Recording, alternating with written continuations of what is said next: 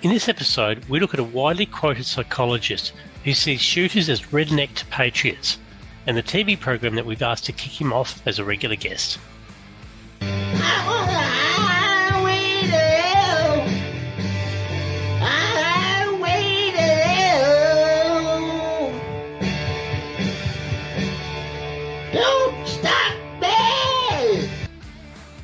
Welcome to the Go News of Australia podcast.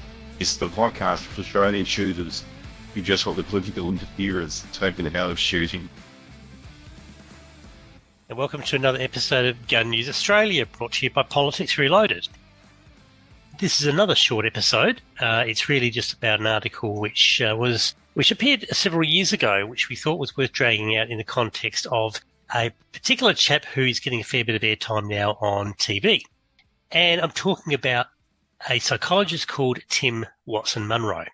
Now, Tim Watson-Munro has quite a long history in profiling criminals. He's interviewed quite a lot of big names, people like Julian Knight, Alphonse Gangitano, and he's also expressed views in the media about Joel Couchy, who's from the Bondi stabbings, Mr. Cruel, and the New South Wales backpacker disappearances. So he's had and also I think he put out a couple of books, and he has regular appearances on media where obviously people are tapping into his expertise.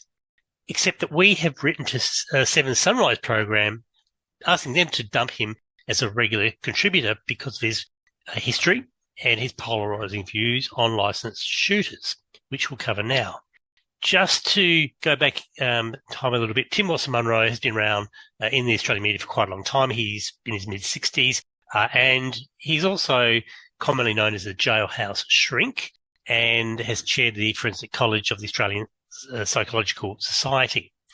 So you'd think that with those decorations that he would be a top-shelf operator, quite capable of seeing good from bad, and actually I guess being fair in his assessment of people.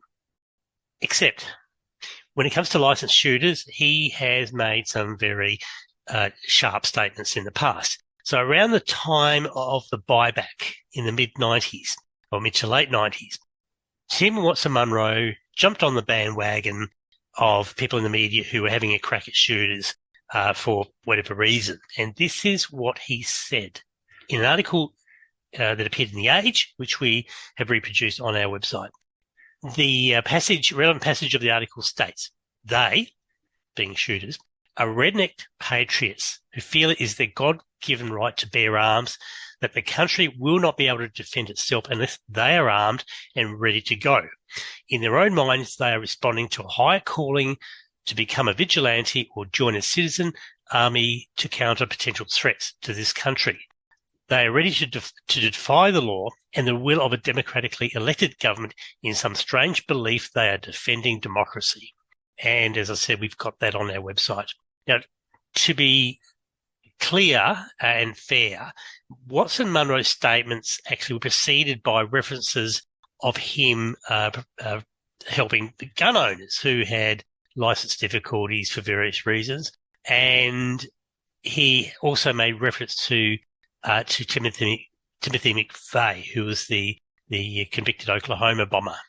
So he may well argue that those statements actually were about those people and not the broader shooting community, and fair enough. But they're not the words that came out of his mouth, and they are quite easily interpreted as being a slight at other shooters. I really can't see any argument to that. In the article, Watson-Munro said he also believed there are huge numbers of people likely to be holding illegal weapons all over Australia, but especially so across the Murray, which I think means Victoria, although later on you'll see there's actually some contrary information. Either way, as I said, they were his words, and he did not limit those statements to Timothy McVeigh or to any particular cohort. He just was talking about gun owners.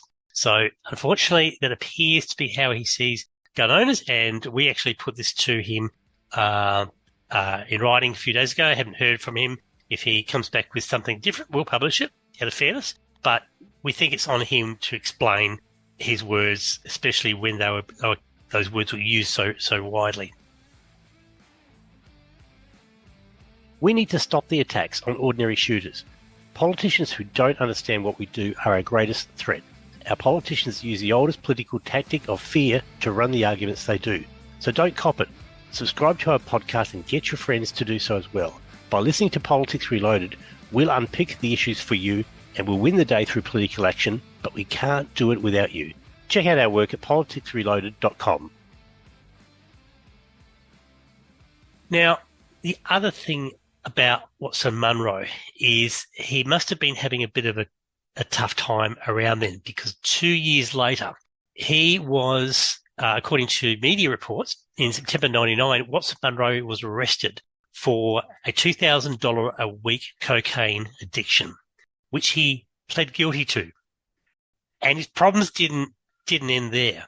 He was also reprimanded by the Psychologists Registration Board of Victoria on 2 counts of unprofessional misconduct after being allegedly found to have formed a personal relationship with a female client, and that led to his deregistration, which he was able to regain in 2003, which is barely 4 years after tripping over his habit.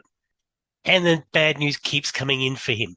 The Herald Sun also had reported around the same time that he had attended, but he being obviously Watson-Munro, had attended a lunch with a crime boss who had pled guilty to 13 charges. The paper also said at the same lunch there were allegedly 2 standover men, a convicted drug dealer. You could partially forgive it by the fact that he's a forensic psychologist, but that's the company he chose to keep. Now, if, as a licensed firearm owner, you are found guilty of using cocaine or associating with crime bosses or standover men or convicted drug dealers, you would be losing your firearms license for a lot longer than 4 years.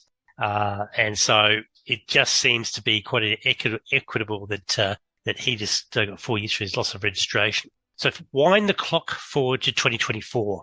And Watson-Munro, he describes himself as a consultant psychologist, and he's making and still continues to make regular contributions to several media outlets, one of which is Seven's Sunrise program. Now, we're obviously disappointed that Sunrise would give Watson-Munro airtime, so we've written to them outlining his history and requesting they dump him from the program. We just don't think he's fit for it. And we have also sought comment from Watson-Munro on these matters, and he has yet to respond. If he does, then we'll gladly publish them. So I hope you enjoyed this episode of Gun News Australia, and don't forget to share it with your friends, and we will see you later. Make sure you subscribe to this podcast and that you're on our email list. And don't forget to check the episode notes, because that's where you'll find out how you can support us. Plus, let us know if you want something promoted on the podcast. Maybe you've got a shoot coming up that you want to promote. Just let us know. We'll see you at the next episode of Gun News Australia, brought to you by Politics Reloaded.